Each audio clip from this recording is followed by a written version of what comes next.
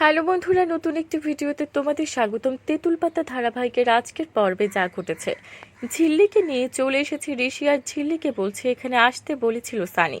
ঝিল্লিকে নিয়ে এসে নিজের কাছে অপরাধ বোধ হচ্ছে যে ঝিল্লিকে এইভাবে বাবা মায়ের কাছে তুলে দিয়ে ঠিক করছে কিনা। এদিকে ঝিল্লি এখনো বাচ্চাদের নিয়ে ভাবছে দেখে ঋষি অবাক হয়ে যায়। সামনে যেতে যেতে গিয়ে দেখে কেউ একজন রোমান্টিক গান করছে, ভাবছে সানি হয়তো তাকে সারপ্রাইজ দেবে বলে এমনটা করছে। সানি যে অন্য মেয়েকে প্রপোজ করবে বলে এত কিছু করছে সেটা ঝিল্লি জানে না। গিয়ে দেখে সানি অন্য মেয়েকে প্রপোজ করছে, সেটা ঝিল্লি ভাবে মজা করছে আর সানি সবার সামনে ঝিল্লিকে অপমান করে চলে যেতে বলে আর বলে দেয় সে কখনো ঝিল্লিকে ভালোবাসেনি। ঝিল্লি মনে কষ্ট নিয়ে চলে যায় ঋষির সামনে আর ঋষি বুঝতে পারে কোনো কিছু হয়েছে আর ঝিল্লিকে নিয়ে ঝিল্লির বাবার দেওয়া ঠিকানায় নিয়ে যায়।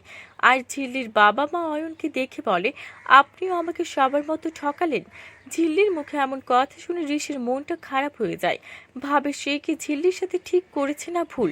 কি হবে এবার, সবটা জানতে সাথে থাকো। ধন্যবাদ।